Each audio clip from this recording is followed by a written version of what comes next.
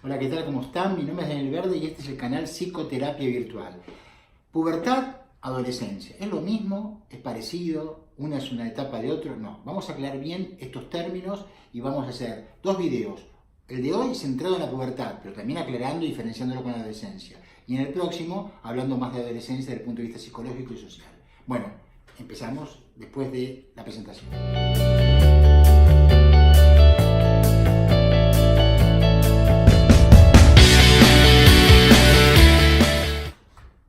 Muy bien, ¿qué es la pubertad? ¿Qué es la adolescencia? Empecemos por pubertad.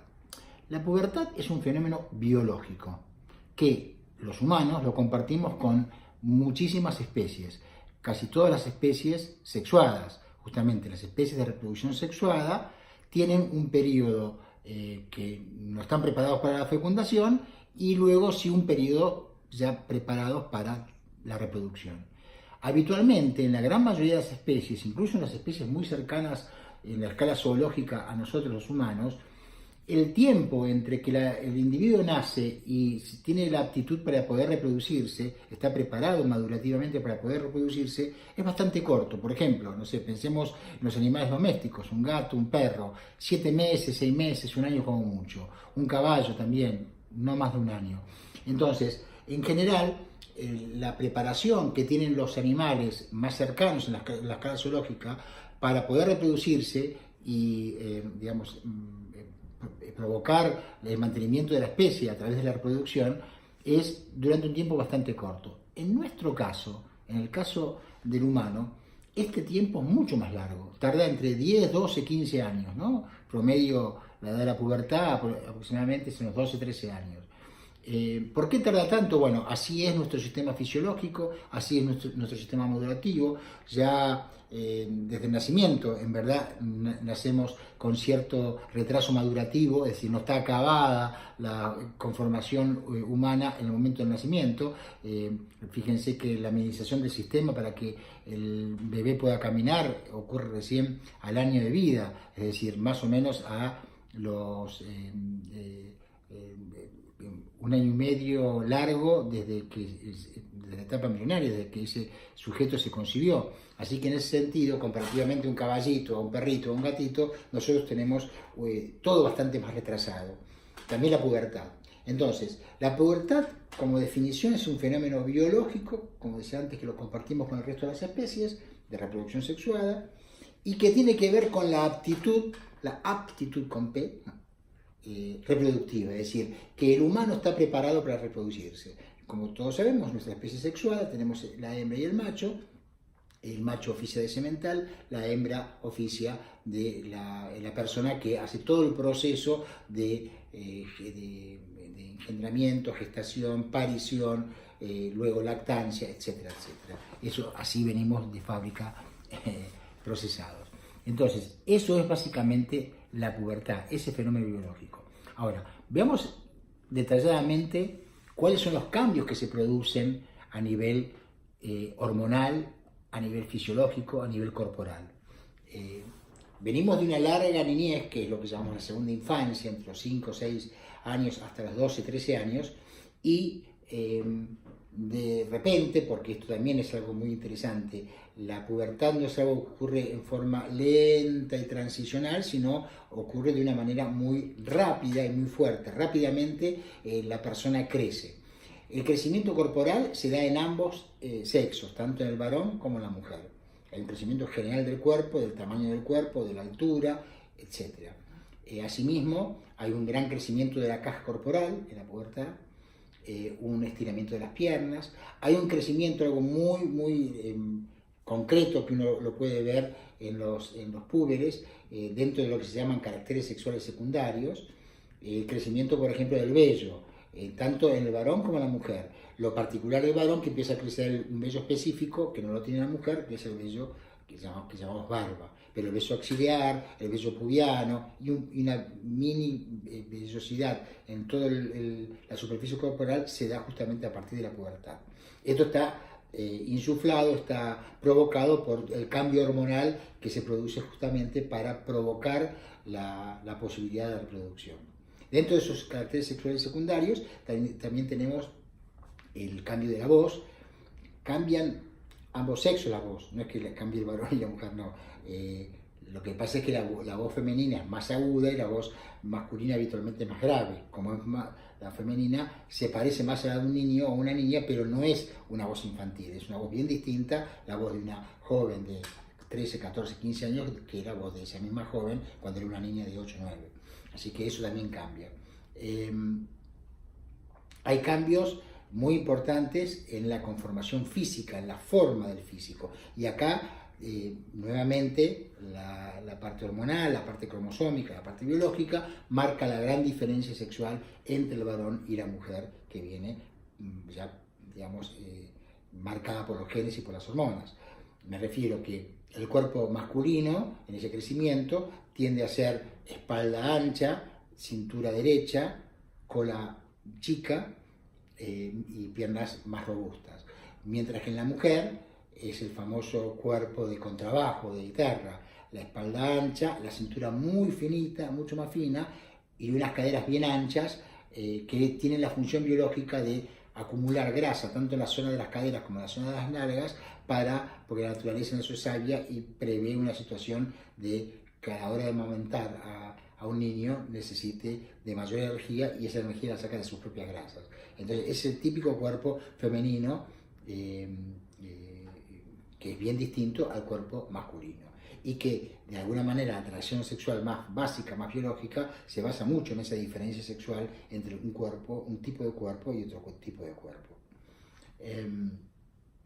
Vayamos ahora a los caracteres sexuales primarios, que son en definitiva los decisivos, los que hacen que se produzca la reproducción. Hay un crecimiento de las gónadas sexuales tanto en el varón como en la mujer. Empecemos por el varón tenemos el pene, que hasta ese momento es un pene pequeño, los testículos, que hasta ese momento eran totalmente inmaduros y no funcionales, no servían para nada. A partir de ese momento empiezan a madurar, a crecer y a tomar la función que tienen. El testículo no es más que dos glándulas, los testículos son dos glándulas que tienen como función la fabricación de espermatozoides. Es la famosa espermatogénesis. Ese movimiento de pistón, digamos, que tienen los testículos es lo que permite la fabricación de estos espermatozoides. ¿Qué son los espermatozoides? Son las células germinales para que una vez que fecunden el óvulo, que es la célula germinal femenina, va a producir un nuevo ser, una nueva célula, y a partir de ese momento, bueno, el embrión, el feto y el niño ya nacido. Pero digamos, es lo que aporta el macho, el varón, a la reproducción, esa célula germinal llamada espermatozoides. El escroto y en particular las glándulas testiculares van fabricando esos espermatozoides dentro de un tejido conectivo llamado semen, ¿no? Es la parte seminal, que es de donde se alojan estos espermatozoides. Por eso el testimonio de que un niño dejó de ser niño y ahora es un joven, que es un puber, es justamente la eyaculación, cuando ya este chico, a través de la masturbación o de una eyaculación espontánea, ya eyecta desde su pene el tejido seminal con los espermatozoides, que va a cumplir la función reproductiva. En el caso de la niña es igual, pero bastante más complejo, porque tenemos todo este crecimiento que hemos dicho en la zona pélvica, y la preparación, digamos, para el trabajo de primero de recibir el pene, luego de recibir los espermatozoides, que se produzca la fecundación del óvulo, y por último ya el embarazo propiamente dicho, después el alumbramiento y por último la lactancia. Por eso el crecimiento de las mamas, hay algunos biólogos que lo consideran también carácter sexual primario, porque forma parte del proceso básico de reproducción. La reproducción se inicia con el coito, pero termina, digamos, con la lactancia. Ahí la mujer, la madre, amamanta a su niño y le permite un crecimiento sostenido. Entonces, volvamos al aparato genital o al sistema genital femenino. Está conformado, ¿qué tenía hasta este momento? Lo evidente, por donde tenía y sentía placer la niña en toda la etapa de la primera y segunda infancia, es a través del clítoris, que es el órgano más sensible a nivel erógeno de la mujer. El clítoris, si bien se ve una pequeña porción entre el labio superior y el labio inferior, es un órgano que abarca todas, digamos, se extiende luego por todas las paredes vaginales de la parte externa de la vagina, con lo cual esa sensibilidad la lleva hacia todo el campo vaginal. De cualquier manera, la inervación de las paredes internas de la vagina recién se logra en este momento puberal. No hay inervación, no hay sensibilidad vaginal en la época de la niñez, sí recién ahora. Con lo cual ya está preparada esa sensibilidad para recibir el pene. Y asimismo, vía secreción hormonal, se produce el flujo, que es lo que permite que los espermatozoides se deslicen de forma adecuada hasta llegar al ovario para poder fecundar al óvulo. Bien, entonces tenemos este cambio morfológico y empieza a funcionar el sistema justamente ovulatorio. Hay una cosa muy interesante: mientras que el hombre fabrica su espermatozoide unos minutos antes de una relación sexual, de un coito, la mujer tiene todos los óvulos que va a fecundar, digamos, que van a madurar y van a ser fecundados o no a lo largo de la vida, ya en el estadio fetal. Ya en el estadio fetal, antes del nacimiento, la mujer tiene dentro de sí todos esos óvulos que van a ser sus futuros, o parte de ellos van a ser sus futuros niños. Esto es bien interesante porque de alguna manera las células más antiguas o de las células más viejas que tiene la mujer se van a fusionar con las células más nuevas que tiene recién fabricadas por parte del hombre, ¿no? Es como que lo viejo y lo nuevo conforman el nuevo ser. Bien, entonces se pone en marcha el sistema. El sistema es el sistema ovulatorio. El sistema ovulatorio hace que la mujer ovule. Luego, si ese óvulo no es fecundado por un espermatozoide, más o menos a los 14-15 días ya se desecha, y es lo que conocemos con el nombre de menstruación, que es el desecho justamente de todos los restos sanguíneos, digamos, de ese óvulo, de ese mes que no ha sido fecundado. Después el proceso se reinicia, después de la menstruación, y se va preparando el óvulo, y más o menos a los 14 días, el periodo dura aproximadamente 28 días, más o menos el día 14, 13, 14, 15, la mujer ovula y nuevamente está preparada para recibir el espermatozoide que fecunde ese óvulo y pueda de esa manera tener familia. Esto habitualmente no ocurre, salvo cuando la mujer queda embarazada, que es la excepción a la regla, por más que está preparada para que esto ocurra mes a mes. Esto trae una serie de cambios, estos cambios hormonales que se dan en todo el periodo ovulatorio, trae una serie de cambios en el estado de ánimo de la mujer muy palpables, tanto en el momento de la ovulación como en el momento de la menstruación. Bueno, así tenemos como las dos cuestiones básicas de ambos géneros. Debemos sumar, como decíamos recién, el tema de las mamas. La mujer tiene glándulas mamarias que producen calostro y leche, que es la propia de la especie, para poder alimentar durante el periodo de lactancia al bebé recién nacido. Esto es muy importante y es lo producido, por eso también son tan atractivas para el sexo opuesto las mamas, ¿no? Porque es algo bien específico femenino. Bueno, esto serían las connotaciones básicas de la pubertad.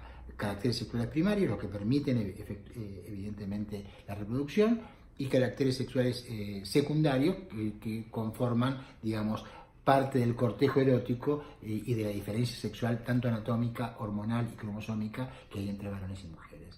Salvo los casos excepcionales, como lo he nombrado en otros videos, como bueno, el menos de 1% de la población mundial que es intersex, es decir, que tiene genéticamente y cromosómicamente, y por lo tanto también a nivel hormonal y a nivel fisiológico, distinta formación, y por ahí no tienen la madurez ni para fecundar un óvulo, ni para que ese óvulo sea fecundado por un espermatozoide. Pero bueno, son los casos excepcionales. Hablemos de la inmensa mayoría, del 99% de la población mundial, que es varón o mujer y está apta para la propia reproducción. Esto es lo que básicamente es lo que ocurre dentro del campo de la pubertad. Vamos a ver que esto en la sociedad ha tenido consecuencias, y una de esas consecuencias es lo que llamamos adolescencia. Pero de eso vamos a hablar en el próximo video. Les pido por favor que pongan like si les gustó este mini instructivo sobre pubertad, que hagan comentarios, cuenten experiencias y nos vemos en la semana que viene con el video de adolescencia donde ya ampliamos mucho más y vamos a ver cómo la adolescencia, a diferencia de la pubertad que es un fenómeno biológico, es un fenómeno, la adolescencia, de tipo psicológico, social, histórico, económico, político. Ya vamos a hablar bien. Bueno, los espero en la próxima, ¿eh? Chao, chao.